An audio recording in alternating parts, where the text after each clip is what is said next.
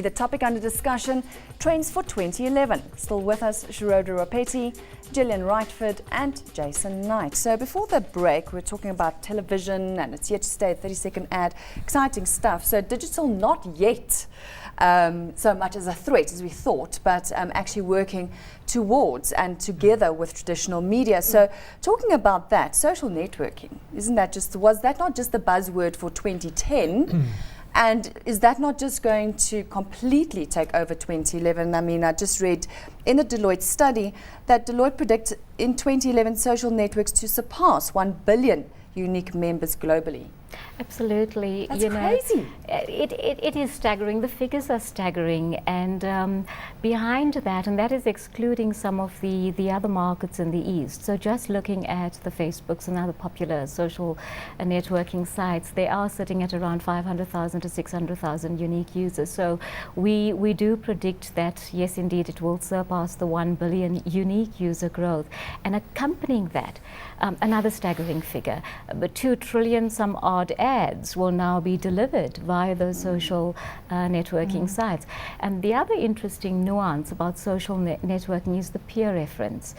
So the strength that peer reference to shop and to so powerful is absolutely What was powerful. it here? Word of mouth feedback exert more influence on purchasing decisions. 78% of people trust peer recommendations compared to just 14% who trust ads. What do you say to that, Jess? Makes your job a little bit more challenging, doesn't it? Absolutely, and I think that with search changing and with social media, I think it changes the whole landscape for advertisers. And the fact that peer recommendation has been quantified and to have the effect that it does, I think that it's always word of mouth and recommendation has always played that role. Of course. For example, a hairdresser, you're not just going to go to the corner cafe one. Exactly. So again, it speaks to creating conversations about entering communities and being relevant and being exciting and inspirational within a space that consumers are comfortable within. So it moves from a monologue to a dialogue.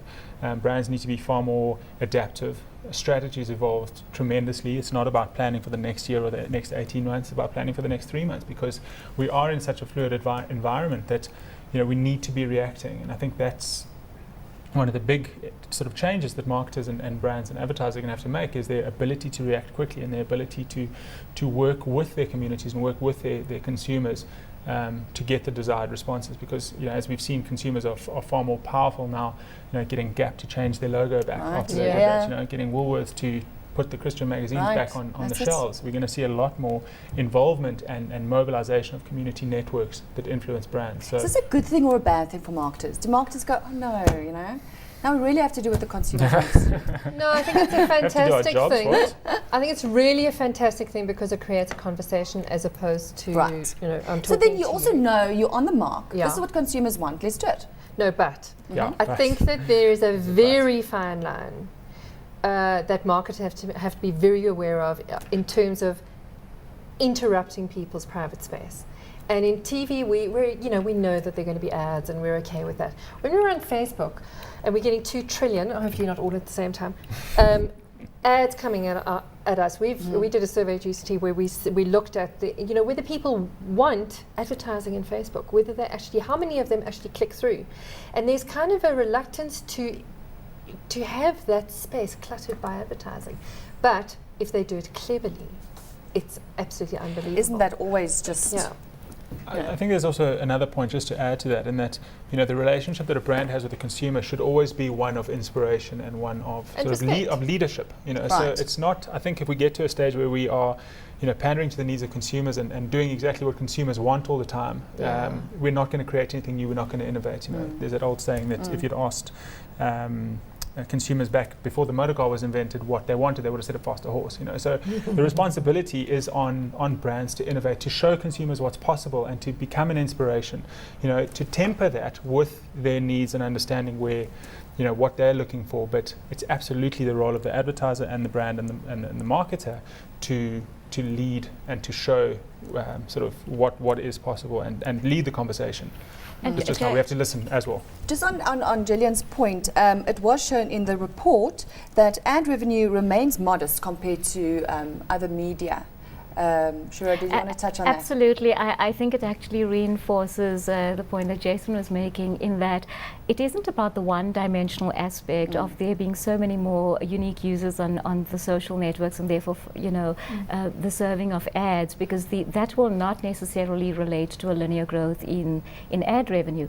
But it shifts the quality of the services that the ad agencies and the creative agencies then start to serve, because those services then start to talk to the brand management aspect and all of the responsible aspects of distributing that brand out there and having it carefully managed through this very viral process. Yeah.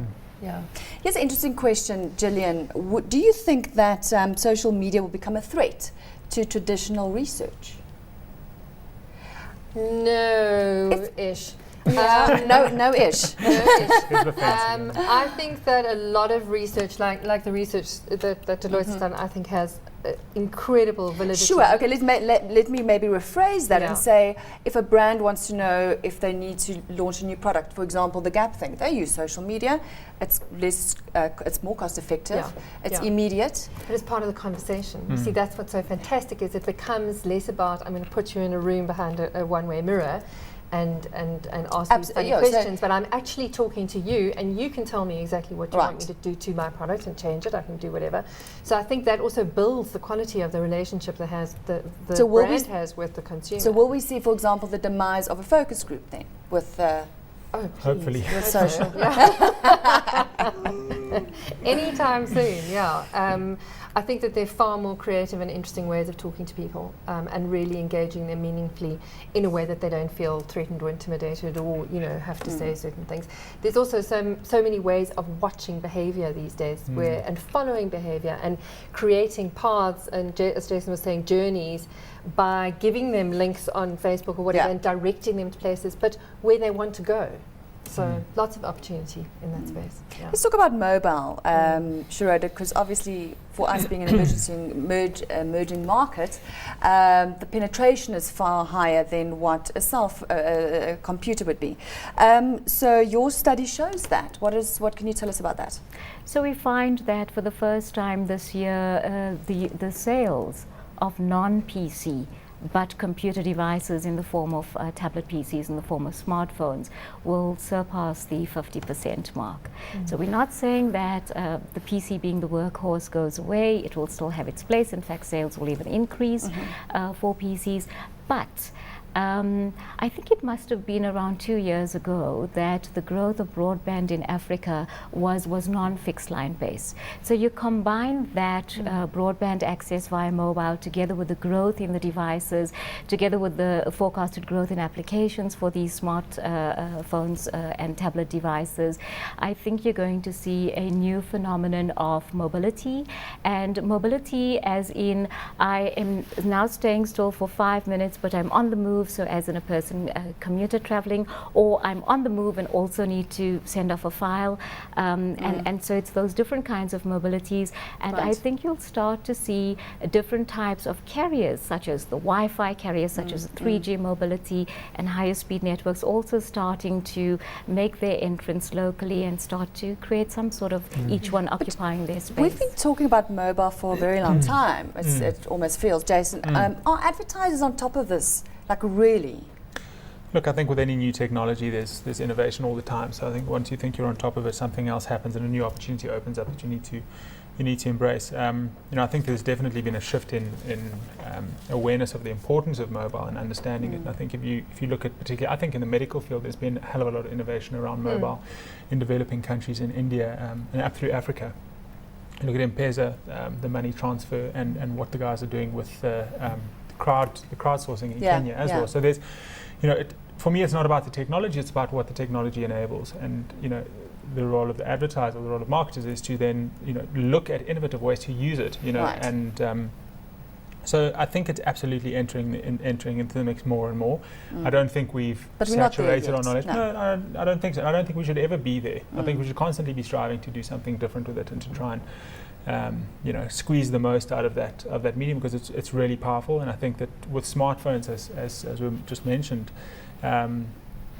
Apple apps got to $1 billion downloads recently, and the apps got to $1 billion downloads in half the time that songs did. So it says a hell of a lot about how we're interacting with devices. So what was initially meant for to listen to music is now far more than that. Yeah. And smartphones in South Africa are growing at a solid rate, and I think that we can really start to include them in the equation now, whereas before they were sort of niche technology that was for the top end. And competitiveness in the cell phone industry is driving value in that segment and access to that technology. Another thing that's penetrating, and we're talking about, of course, we just touched on the future of the tablets, and we're of course not talking about the swallowing kind. In terms of technology on a global scale, we're already seeing it's moving from consumer demand to enterprise demand, that workers are actually asking their employers to purchase these tablets. Your thoughts on that, Jackie? Yes, pity the network engineer and all of the software policies, and you can only have, as in the black Model T Ford model, you can only have this so long as it's black. It's black, but the proliferation is starting to now introduce other devices, and we reckon that more users in the enterprise will take to tablet PCs than the consumer would, and with that is going to come even companies like the CRM and the customer relationship management, the enterprise resource management, software application service providers are already starting to provide very robust applications that can work on the tablet PCs. But Gillian, if this continues, do you think in future we are actually, as people going to work or whatever, or interacting rather with our colleagues and clients, that it's going to be on a one-on-one basis? Are we actually going to see our colleagues? Are we actually going to, or is it all going to be video conferencing and webcams and all this technology? Look, I think that hopefully we find a happy medium. At the moment I find a lot of companies are very fixed in terms of their office space, and you must come in and work from 9 to 5 and whatever, and the technology really is available. It has been available for a long time, but the technology is available to interact with people all over the world very easily for free most of the time. So one-on-one will never be will be difficult to replace, but it will be used more strategically and less often. I mean, so much time is wasted by being in meetings you really don't need to be in, that if you could really focus the use of your time more efficiently, it would be more time to spend on Facebook. Well, I hope you're right, because not so long ago we had a show where we interviewed some teenagers, and they said, well, because of Mixit and Facebook and all of that, they see their friends sometimes in person. Do they have real or cyber friends? Jason, your final thoughts? Just to add to that, that on tablets, that recently at the Consumer Electronics Show in Las Vegas, there were 80 or over 80 new tablets introduced into the market. So I definitely think it's going to be the buzzword of 2011, and people looking at how they can integrate their business into that format.